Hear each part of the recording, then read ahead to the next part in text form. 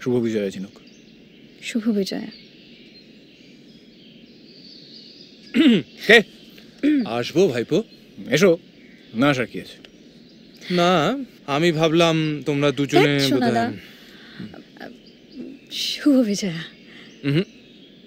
প্রণাম করতে হবে। এই একদম না, আগামী দিনগুলো তোমাদের দুজনেরই খুব ভালো কাটুক।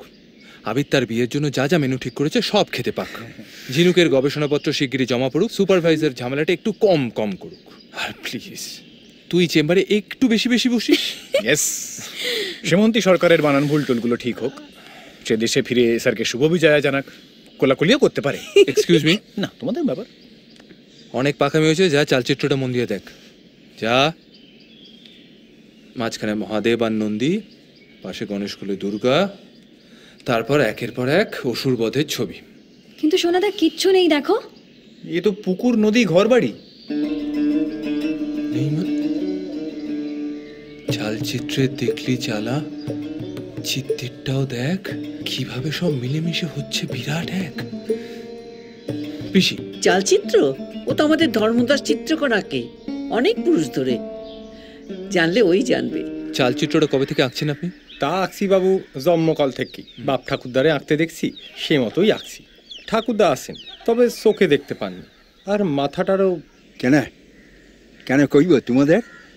তোমরা ফটক তুলবে, বই লিখবে, আর আমরা জিজ্ঞার অন্ধকার শিক্ষার অন্ধকারে পড়ি থাকবো। আমরা কল্পনা করব, তোমরা পরিকল্পনা করবে। যাও ভাগো এখান থেকে। আরে ঠাকুরদা প্লিজ বলো না গো, দেবরায় বাড়ির প্রথম চালচিত্রটা কে এঁকেছিলেন? খুব দরকার জানো। বুড়া কর্তা মশাই, এই ছবি তিনি আমার ঠাকুরদাকে প্রথম দেন।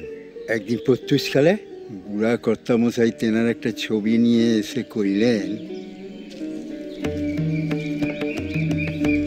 ব্রহ্মতোষ। হ্যাঁ কর্তা মশাই। মায়ের চালচিত্রতে এবার থেকে এই ছবিটা আঁকিস তো। এমন বন্দোবস্ত করে যাব না, কেউ তোদের সরাতে পারবে না। তুই তোর ছেলেকে শিখিয়ে দিবি, আর তোর ছেলে তার ছেলেকে। কৃষ্ণনগরের রাজবাড়ির ঠাকুরের ধাঁচাটাই এখানে থাক, কেবল চালচিত্রে আমার আঁকা হবে। কিরে, কেমন হয়েছে দেখ তো। তুইও চিত্রকর, আমিও চিত্রকর। মাই গুডনেস, এটা তাহলে একটা ম্যাপ। ম্যাপ? হ্যাঁ, এই দেখ বনপুকুরি আর রাজবাড়ি। অপুদা এই দেখে যাও ম্যাপ। অপুদা ম্যাপ। হিস্ট্রি প্রফেসর সুবর্ণ সেন গরমের ছুটিতে ফের ফিরলেন। ফিরে কোনখানে ফের হানাটা দিলেন।